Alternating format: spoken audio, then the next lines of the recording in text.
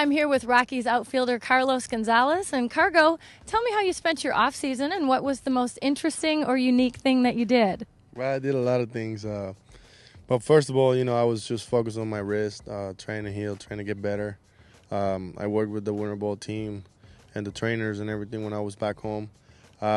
We did everything possible to get me back to where I was, before the injury. And, right now I feel great. I feel 100% ready to go. And, I did a lot of things. Like I say, I went to a couple different countries like Dominican Republic. I went to Aruba. I spent time with my family and, just enjoyed. You talked about the wrist injury. You did miss some time last season with that injury. Can you get into a little more detail on where things are at with that and what you've been doing to treat it so that you are 100% when the season starts? Well, I follow everything what the doctors and our trainers told me. Just went back, tried to rest for 3 weeks, and then I start swinging the bat slowly, baby steps in November. Like I said, I went to every Winter Ball game.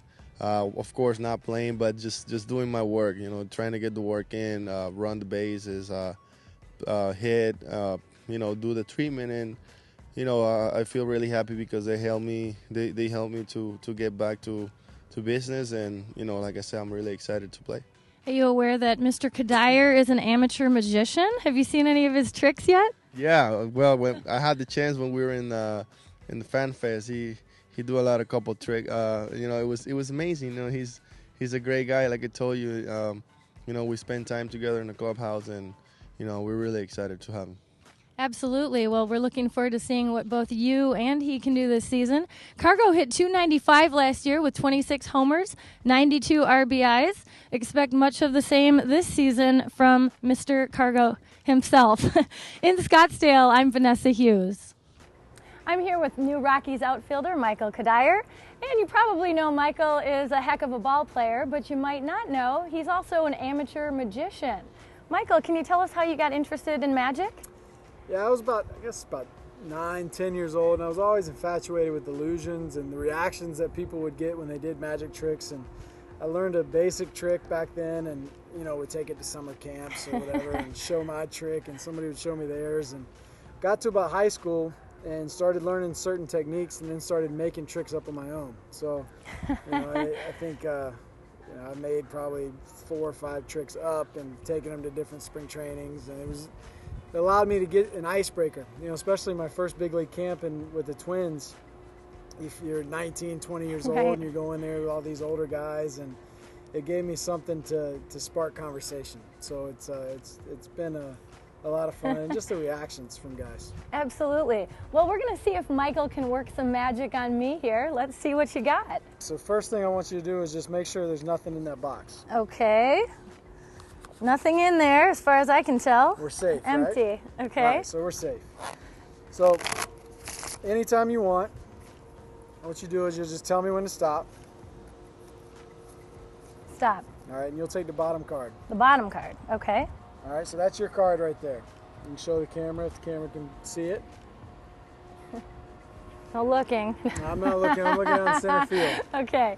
All right, so you have your card. So obviously, the 6 of clubs is not your card. Correct. Correct. So we're going to take the 6 of clubs, put it in the box, and we'll put the box right there, so everybody can see that the box isn't going anywhere. Okay.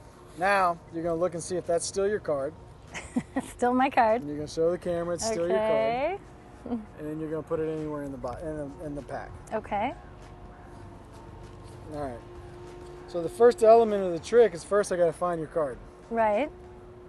And the deal is everybody has on their hands, you got your own fingerprints, right? Right. My fingerprint's different than your fingerprint, Right. and so on and so forth. Well, as you're holding the card and you're playing with the card, your fingerprints get left on the card. And my job is to find the fingerprint. So I see yours was a red card. The red card is thrown in there with a lot of paint on it. So I'm thinking your card is the 7 of hearts. Wow. That's Correct? right. That's All right. right. So we have the 7 of hearts, 6 of clubs is in the box, right? Okay. So I want you to hold on to your card, the 7 of hearts. Just hold it just like this. Okay. Turn your hand around. Okay. There you go. Just like that. And don't let go of this card. Okay. Hold on to the card. You didn't let go, right? No. You sure? I'm sure. Positive. Positive. Hold on to it. All right, so in the box was the 6 of clubs. Right. Your card's the 7 of hearts. Mm-hmm. But as we were doing that, I switched it out. Ace of hearts is now, and let's see what's in there. Oh my goodness. And your card gets into the box. Wow. That's impressive.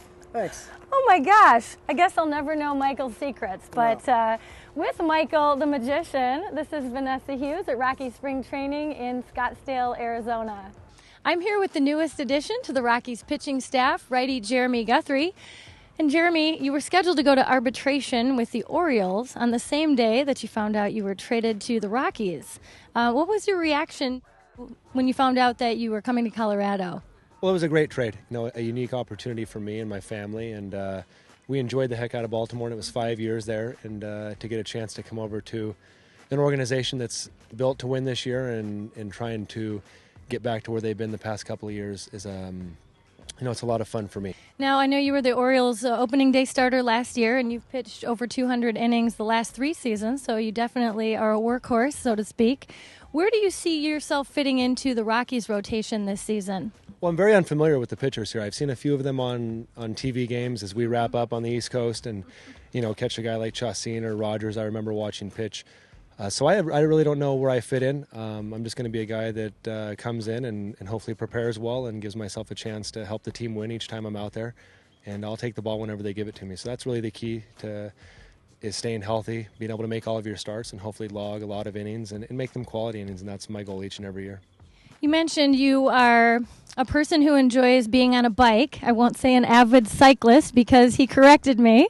But maybe just talk about your thoughts on biking around the different ballparks and the different cities that you will be traveling to. I know you said you kind of have a plan for that. Well, yeah, I think I've ridden a bike since I can remember, whether it was a paper route growing up in Oregon, riding to the mall, riding to the Foot Locker to get a pair of shoes. That's just how I've always traveled. So I think I bought my first car when I signed in 2002, and really it was a shared car between my wife and I. So I've just always ridden. I rode in spring training my first year. I've ridden to AA stadiums, AAA stadiums, and Major League stadiums in Baltimore the past 5 years. I enjoy being on a bicycle. I think it's freedom. I think it's great exercise and great to be outside. So this year I really want to take a camera on there and maybe give some people a chance to see, what it's like the day in the life of a major league player, where they might go, whether it's New York City or whether it's Houston, whether it's Cincinnati, and kind of make it fun. Now it's time to buckle down and get serious. That's it. Yeah, it's time to get back on the diet. I had a chef in Vegas when I worked out there, so and it worked out perfect. So my fiance's trying to lose weight and I'm trying to gain weight. So. He tells it like it is, right? Do you have any weaknesses? Like, are you a sweets guy or a salt guy or anything that you just really crave? I'm a late night gummy bears, gummy worms, gummies, anything gummy, love gushers, all that. I wake up in the middle of the night and go get some gushers. So. Wow. Well, there are worse habits to have, though. That's not the end of the world as long as you brush your teeth. Yeah, for sure. But that's the thing. I brush my teeth before I go to bed, fluoride, all that. And then I'll wake up in the middle of the night and throw in some. Well, my mom was a dental assistant, so she kind of gets on me all the time about my teeth. So. How much has your attention to diet and nutrition changed from when you first came up with the Rockies to where you're at now? Used to eat everything. I could go crush a triple cheeseburger, go, eat whatever, and, I'd actually lose weight. I remember I was in the Olympics, and you eat in the village, and I didn't like any of the food they had at McDonald's. I had McDonald's probably 90% of the time, and I ended up losing weight. I came back, and before I got called up, I was, probably the thinnest I've ever been. I'm here with Brian Jordan, the Rockies strength and conditioning coach, and in an area that often gets overlooked, diet and nutrition plays a huge part in the success of these major league athletes. And Brian, I wanted to ask you, what is your role in this whole big picture of getting these guys ready for the game? Well, from a nutrition standpoint, really trying to educate them on ways to fuel their body properly, the timing of foods, proper foods for inflammation, for fuel before the game, post game, those kind of things. Other roles, obviously, I work with them with staying in shape and lifting weights and staying above the demands of the game with their individual programs. Do you find that most of the guys in the Rockies clubhouse are pretty good about staying disciplined with their diet and stay in tune with what they need to do to, stay in good shape? Or do you find that there are a few that kind of stray from from what they should be doing? I think all in all, most of them, more than half, probably 3/4 of the team does a tremendous job. And I say tremendous. They're very disciplined on things that they want to eat, things that they eat well, and they're disciplined. And then there's obviously some bad games and maybe some cheat days where guys are tired of the same stuff that they'll eat a little differently. But the time has changed really from 10, 15, even 5 years ago, where guys just kind of just winged it and ate whatever they wanted to eat. Now they know that it affects their performance, knows that it affects their health and how they feel. And so once they understand that, then it's a little easier decision before a game what to eat and what not to eat, and not just just go out there and do whatever. Well, you, along with teammate Dexter Fowler, who also got engaged this offseason, are now both spoken for, so to speak. I know you and Dexter are close friends. Was he one of the first people that you called to tell the good news? Oh, yeah, he's definitely one of the first because we're actually groomsmen in each other's weddings. So, I guess we met each other at age 19. He was 18, I was 19, and been together since, grew up, roommates. It's only fitting that, we still growing up at the same level, same rate. So both of us decided to settle down now. Welcome back to Mile High Sports Radio, everyone. And I'm very excited to be joined by NBA legend and TNT broadcaster Charles Barkley. Charles, let's get right to it. What are your thoughts on the NBA lockout? I don't think they're going to play at all next year. I was the first person to say it. I don't think they're going to play at all. I think that the differences between the owners and the players are really wide.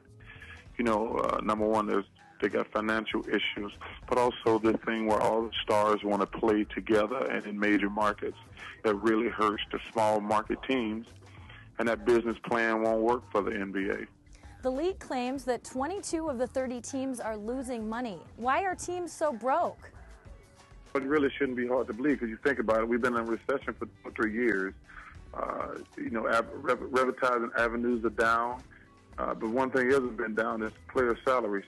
Player salaries have continued to rise, and they're going to continue to rise. They all have 5, 6, 7 year deals.